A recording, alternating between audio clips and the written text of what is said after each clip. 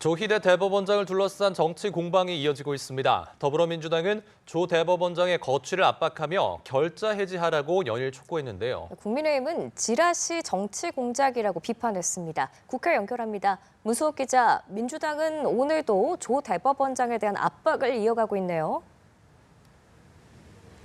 네, 말씀하신 대로 민주당은 대선 개입 의혹을 부인한 조희대 대법원장을 향해 총 공세를 이어가고 있습니다.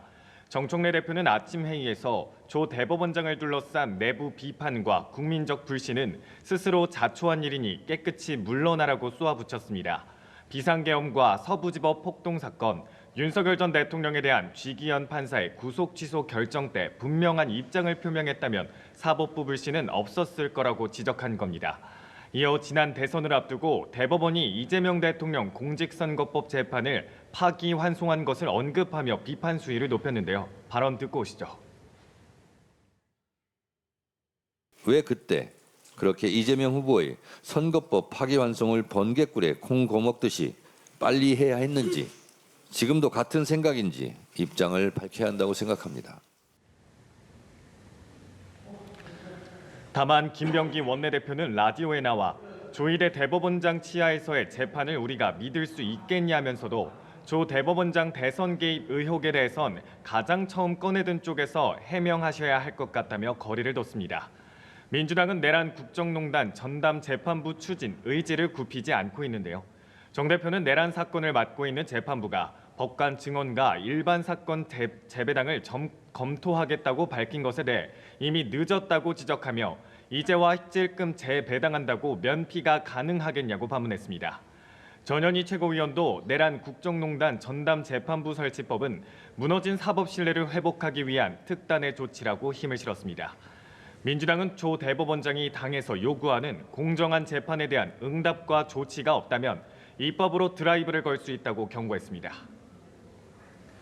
네, 국민의힘은 민주당이 허위 사실을 유포하고 있다며 조 대법원장 관련 의혹의 신빙성을 문제 삼고 있죠. 네, 그렇습니다. 국민의힘은 민주당이 조 대법원장을 향해 제기하고 있는 의혹을 허위 사실 유포라고 규정하며 제보의 신빙성을 깎아내렸습니다.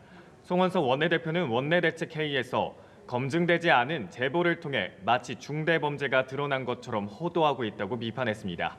그러면서 민주당이 추진하고 있는 징벌적 손해배상 제도를 언급하며 해당 의혹을 제기하고 유포한 서영교 의원과 부승찬 의원 등을 콕 집어 징벌적 손해배상 제도의 1호 대상으로 적용해야 한다고 꼬집었습니다. 관련 발언 직접 들어보시겠습니다. 이번에 허위 사실 유포에 가장 앞장섰던 정청래부터 시작해서 서영교, 부승찬, 거기에 김어준 등등 징벌적 손해배상 제도의 제1호 적용 대상이 되어야 한다고 저는 생각합니다. 이어 대법원장을 향한 정치 공작과 허위 사실 유포에 대해 즉각 형사 고발 조치하겠다고 밝혔는데요. 국민의힘 법사위 소속 의원들도 기자회견을 통해 면책 특권을 악용한 가짜 뉴스를 가중 처벌하는 법을 발의하겠다며 국정조사 요구서도 제출하겠다고 했습니다. 송 원내대표는 또 민주당이 추진하는 내란 전담 재판부가 헌법과 법치주의를 파괴하는 거라고 거듭 비판했습니다.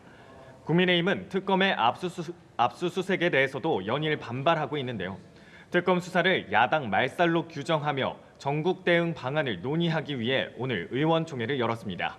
장동혁 대표는 의원총회에서 전날 특검의 압수수색 영장 집행은 영장 기재 내용과 달리 위법하게 집행됐다고 확신한다며 특검을 고발하겠다고 경고했습니다. 거센 정치권 공방에 특검의 야당 압수수색까지 맞물리며 오늘 오전 여야 합의로 개최될 예정이었던 민생경제협의체 출범은 기약 없이 미뤄졌습니다.